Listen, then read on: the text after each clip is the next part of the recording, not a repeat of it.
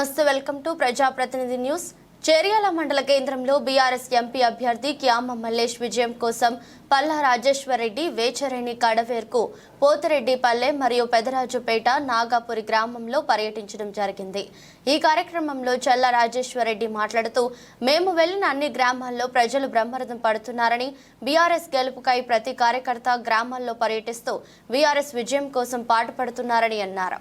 ఇంకా ఆయన మాట్లాడుతూ, కాంగ్రెస్ ప్రభుత్వం డిసెంబర్ 9వ తారీఖు పథకాలు అమలు చేస్తున్నామని, ప్రజలను మోసం చేయడం జరిగిందని, కాంగ్రెస్ పార్టీ అధికారంలోకి వచ్చిన 100 రోజుల్లోపే 6 వాగ్దానాలు నెరవేరుస్తామని చెప్పి ఇంతవరకు ఒక్క పథకం అమలు చేయడం లేదని ఆయన అన్నారు. సీఎం రేవంత్ రెడ్డి కేసీఆర్ పై అనుచిత వ్యాఖ్యలను ఆయన ఖండించారు. ఇంతవరకు పెన్షన్లు గాని, కళ్యాణ లక్ష్మి గాని ఏ పథకం కూడా ఇంతవరకు ప్రజలకు అందుబాటులో లేవు. కాంగ్రెస్ పార్టీ వాళ్ళు అధికారంలోకి వచ్చి ప్రజలను మోసం చేస్తున్నారని ఆయన అన్నారు. ఇప్పటికైనా ప్రజలు బీఆర్ఎస్ కు ఓటు వేసి అత్యధిక మెజారిటీతో క్యామ మల్లేష్ ను గెలిపించాలని ఆయన కోరారు. ఇంకా ఈ కార్యక్రమంలో వివిధ గ్రామాల సర్పంచులు, ఉప సర్పంచులు, ఎంపీపీలు, ఎంపీటీసీలు, జడ్పీటీసీలు, మండల అధ్యక్షులు, గ్రామ అధ్యక్షులు, పార్టీ కార్యకర్తలు అధిక సంఖ్యలో పాల్గొన్నారు. వచ్చే 4 సంవత్సరాల ఎన్నికల్లో కూడా మీరు ఏదైతే ఆశీర్వదించారో దాన్ని ఖచ్చితంగా మీ యొక్క ఆశీర్వాదంతో ఇక్కడే ఉండి మీ పనులు చేయడంలో ఉంటారని మాటిస్తున్నాం. మళ్ళొకసారి రెండో అంశం, ఎవరికైనా హాస్పిటల్లో బాగాలేకపోతే శబాష్ కూడా అందరు మంచిగా ఉండాలని కోరుకున్నా. ఎక్కడైనా ఇబ్బంది అయితే మాత్రం నా హాస్పిటల్లో ఉచిత వైద్యం చేస్తా అని చెప్పిన దాని ప్రకారం ఇప్పటికీ 6,000 మందికి జనగామ నియోజకవర్గం నుంచి ఇప్పటిదాకా చేసిన. భవిష్యత్తులో కూడా ఈ 4 సంవత్సరాల ఎన్నికలు కూడా నేను ఇచ్చిన మాట ప్రకారం ఎంత ఖర్చు అయినా కూడా ఒక పైసా మీకు ఖర్చు పడకుండా మీకు మంచిగా వైద్యం చేసే బాధ్యత కూడా నాదే అని చెప్పి మళ్ళీ ఒకసారి మీకు మాట ఇస్తున్నా. ఎవరన్నా పోయిందా శబాజ్గూడెం నుంచి చూపించుకున్నారా? ఒక్కడేనా? ఏమైంది? హాస్పిటల్ జాయిన్ అయ్యి వచ్చింది. పోయిన 5 నిమిషాల్లో ట్రీట్మెంట్ స్టార్ట్ చేసిండు. మందు గోళీలు ఇచ్చిందా? టెస్టులు చేసిందా? పైసలు తీసుకున్నారా? ఏం తీసుకోలేదు. 2 రోజులు ఉంచుకొని మంచిగా తిప్పించి పంపించిందా? ఏం చేయలేదు, మంచిగా చూసుకున్నారు కదా. మిగతా వాళ్ళు కూడా మా అక్కలందరూ మంచిగా ఉండాలని కోరుకుంటున్న ఆరోగ్యంగా. ఎప్పుడేమైనా కృషి అయితే మాత్రం ఖచ్చితంగా వాళ్ళందరూ కూడా ఎక్కడ పోవాలి, ఎట్లా పోవాలో చెప్పండి.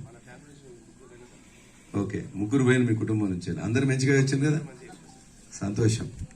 అందరు కూడా మాట చెప్పిన ప్రకారం వాళ్ళు ఎవరో నన్ను అడగలే, నాకు చెప్పలే. ఇవాళ దాకా కూడా నేను ఎందుకు ఎవరు పోయినరు ఏందని చెప్పలే. ఎవరు పోయినా నా శబాష్ కూడా నేను చెప్పి మీ కార్డు చూపిస్తే చాలు, మీకు ఏమని చెప్పిన. చేర్యాల అని చెప్పి చూపిస్తే చాలు, ఏమని చెప్పిన. జనగామ నుంచి వచ్చిందని చెప్తే చాలని సెపరేట్ గా పైన పెట్టిన రోటి పైన ఒకటి సెపరేట్ గా పెట్టి మొత్తం కూడా చూస్తున్నారు. కాబట్టి భవిష్యత్తులో కూడా అంతా అట్లే చేస్తాం. కొన్ని పనులున్నాయి శబాష్ కూడా చేయాల్సినవి, కొన్ని రోడ్లు కానీ, మోరీలు కానీ, కొన్ని కమ్యూనిటీ హాల్స్ కానీ, కొన్ని మిగతా కూడా అడిగినారు.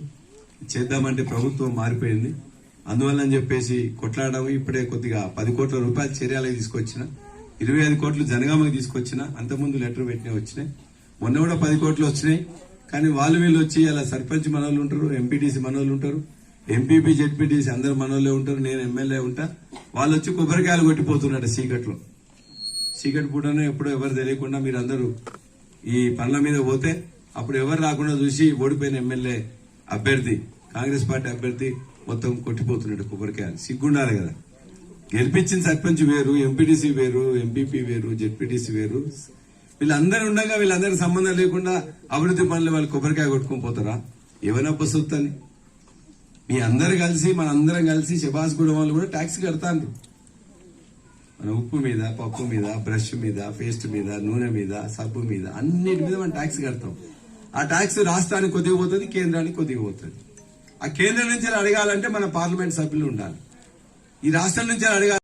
సత్యం గారు, మల్లేశం ఏఎంసీ గారు, మండలాధ్యక్షులు మల్లేశం గారు, పిఎస్సిఎస్ చందారెడ్డి గారు, మండల యూత్ రాజేష్ గారు, సర్పంచ్ల ఫోరం ఎల్లారెడ్డి గారు, ఎంపీటీసీల ఫోరం బాలరాజు గారు, శ్రీధర్ రెడ్డి గారు, బాల నర్సయ్య గారు, అంజయ్ గారు, చంటి గారు, సతీష్ గారు, రాజీవ్ రెడ్డి గారు, అదేవిధంగా మండల నాయకులు బాల నర్సయ్య గారితో సహా టౌన్ మన వాళ్ళందరూ కూడా వచ్చిండ్రు.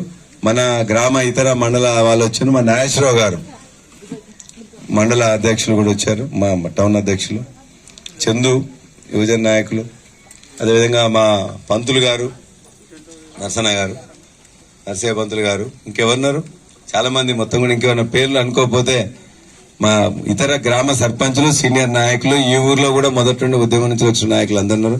మహిళా నాయకురాలు ఉన్నారు, మా రంజిత అక్క ఉన్నారు, మా చెల్లె ఉన్నారు.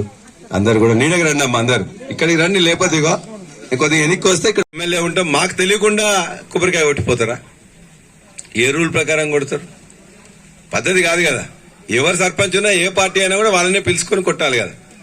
ఇవాళ సర్పంచ్ లేదు, ఎంపీటీసీ లేదు, ఇవాళ మొత్తం కొట్టుకొని పోతుండు. ఇంకో మాట మాట్లాడుతుండు, పలరాజరెడ్డి దొంగోట్లతో గెలిచిండ్రు మొత్తం, అందువల్ల అని చెప్పేసి ఇలా మళ్ళీ ఆయన పోతాని కోర్టులో వేసిండు. మన ఊర్లో ఎవరన్నా దొంగోట్లు వేసిండ్రా? ఎవరైనా రిజిస్టర్ చేసుకున్నారా? మన ఊర్లో ఓట్లు కొత్త నమోదు ఎట్లయితాయి? మన పిల్లలకు 18 సంవత్సరాల నిండితే వస్తాయి. లేకపోతే మన కొడుకు పెళ్లి అయితే కోడలు బయట నుంచి వస్తుంది కాబట్టి ఆ కోడలు పిల్లకు కూడా వస్తుంది. లేకపోతే మన కొడుకు బయట ఎక్కడైనా చదువుకుంటా అంటే చదువుకున్న తర్వాత ఆడ ఒకవేళ అంతకుముందు చేసుకోకపోతే వస్తుంది. గింతే కదా వచ్చేది, కొత్త ఓట్లు వచ్చేది. మరి గింత సోయి లేనోడు ప్రతి ఊరికి పోయి అక్కడ పోయి ఇక్కడ పోయి ఏం మాట్లాడాలో తెలియక పలరాజుడిని తిట్టడానికి ఏమున్నది? ఇక్కడ ఉండడు అన్నాడు, ఇక్కడ ఉంటాండు. ఏదో హాస్పిటల్ అన్నాడు, ఖచ్చితంగా చూపిస్తాండు. ఏదో అసెంబ్లీలో మాట్లాడతా, అసెంబ్లీలో ఆయన ఎప్పుడు ఒక్కరోజు కూడా మాట్లాడలేదు. నేను అసెంబ్లీలో రోజు అవకాశం వచ్చిన వల్ల మైక్ తీసుకుని దంచుతా ఉన్నా. ఇంకెందుకు, ఇంకేమంటానికి ఏమనలేదు. దొంగోటు గెలిచిన దొంగ. అప్పుడు పొన్నాల లక్ష్మీ గారు గెలిస్తే అదే మాట 5 ఏళ్ల నుంచి 225 ఓట్లు దొంగోట్లు గెలిచిన. 20,000 ఓట్లు దొంగోట్లు ఉంటాయా? 2 ఓట్లు 3 ఓట్లు 5 ఓట్లతో పడితే ఏదన్నా అరే వాళ్ళు వీళ్ళు అనుకుంటే అనుకోవచ్చు.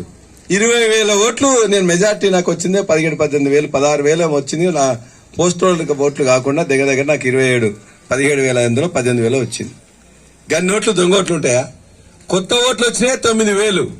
అంటే సిగ్గు శరం లేకుండా ప్రజలు ఇచ్చిన ఆశీర్వాదాన్ని చేయకుండా ప్రజలు ఓట్లేసిందని చెప్పేసి సోయి లేకుండా మాట్లాడుతున్నారు. కాబట్టి దయచేసి ఎవరేది మాట్లాడినా మీ యొక్క ఆశీర్వాదంతో గెలిచినా ఖచ్చితంగా మీకు చెప్పిన మాటలు బరాబర్ చేస్తా, చేయాల్సిన పని చేస్తా.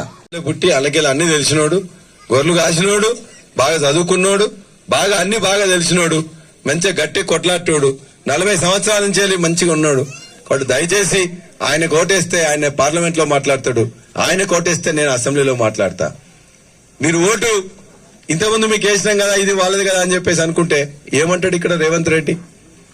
ఓటే రైతు బంధు వేయకుండా నాకే ఓటేసిండ్రు, రైతు బీమా బంద్ చేస్తానా నాకే ఓటేసిండ్రు, ఓట్లకు 500 రూపాయలు వేయకుండా నాకే ఓటేసిండ్రు, 2 లక్షల రుణమాఫీ చేయకుండా నాకే ఓటేసిండ్రు, తులం బంగారం వేయకుండా చేసిండ్రు, 2,000 వేయకుండా చేసిండ్రు, 2,500 వేయకుండా చేసిండ్రు, మీ బుజ్జికి స్కూటీ ఇవ్వకుండా చేసిండు. నీకెందుకు మాట్లాడుతున్నావు అని నన్ను అంటాడు. నాకు మాట్లాడే హక్కు ఉండాలంటే, మాట్లాడే ధైర్యం ఉండాలంటే, మాట్లాడే స్ఫూర్తి ఉండాలంటే మీరు దయచేసి కారు గుర్తుకేయండి. నిలదీసి ఖచ్చితంగా అసెంబ్లీలో గాని పార్లమెంట్ లో గాని బయట మా అక్కకు ఎందుకు ఇయ్యవు, 2,500 ఎందుకు ఇస్తా అని చెప్పినావు, ఎందుకు ఇయ్యవు, నీ సొమ్మ నీ అయ్య సొమ్మ ఎవరిది ఎందుకు ఇవ్వని చెప్పి నిలబెట్టి అడుగుతా, కొట్లాడతా, తీసుకొస్తా, మీకు ఇప్పిస్తా. అందుకోసం కారు గుర్తుకోటేయండి. తులం బంగారం ఎందుకు వేయడు? మనం పప్పు మీద, ఉప్పు మీద, సబ్బు మీద, నీళ్ల మీద, అన్నిటి మీద కడతాను లేదా ట్యాక్స్? నువ్వు చదువు చూస్తే దాని మీద ఏముంటుందో. సబ్బు మీద మనం అన్నిటి మీద ఉంటది. ఎవరు మనం కట్టే ట్యాక్స్లే కేంద్రానికి కొన్ని పోతాయి, రాష్ట్రానికి కొన్ని పోతాయి. కేంద్రంలో మన పైసలు మనకు రావాలంటే మన కేవలం మళ్ళీ పార్లమెంట్ లో కొట్టాడాలి. మా తెలంగాణ పైసలు ఇవాళ భారతదేశంలో అత్యంత ఎక్కువ ఇతరులను బతికిస్తున్నది మనం. తెలంగాణ వాళ్ళ బీహార్ లాగా ఉత్తరప్రదేశ్ లాగా బిచ్చపు రాష్ట్రం కాదు. మనం ఇతర రాష్ట్రాల ప్రజలను బతికిస్తున్నాం. 4-5 రాష్ట్రాలే 29 రాష్ట్రాల్లో బతికిస్తుంటాయి. ఒకటి కర్ణాటక, ఒకటి తమిళనాడు, ఒకటి తెలంగాణ. ఆ తెలంగాణ బిడ్డలం గర్వంగా మేము మిమ్మల్ని బతికిస్తున్నప్పుడు మా పైసలు మాకు రావాలని కొట్లాడాలంటే ఇలా గులాబీ జెండానే కొట్లాడుతుంది. ఇలా కాంగ్రెస్ ఓడో బీజేపీడో ఢిల్లీ వాళ్ళకు బాసులు, మనకు గల్లీ బాసులు. మనం గల్లీలో ఉండి గల్లీలో కొట్లాడతాం. కాబట్టి మా అక్కలు, అమ్మలు మాట్లాడినవన్నీ కూడా మీరు దయచేసి ఆలోచించండి. ఇంట్లో అయిన తర్వాత మీ కొడుకులతోని, బిడ్డలతోని, కోడళ్లతోని మాట్లాడండి. మరి సారి ఇట్లా అన్నాడు, మరి ఏం నిజమేనా కాదా అని అడగండి. నిజమే అనిపిస్తే మీరు ఖచ్చితంగా కారు గుర్తుకు ఓటేయండి. జై తెలంగాణ. కారు గుర్తుకే, కారు గుర్తుకే.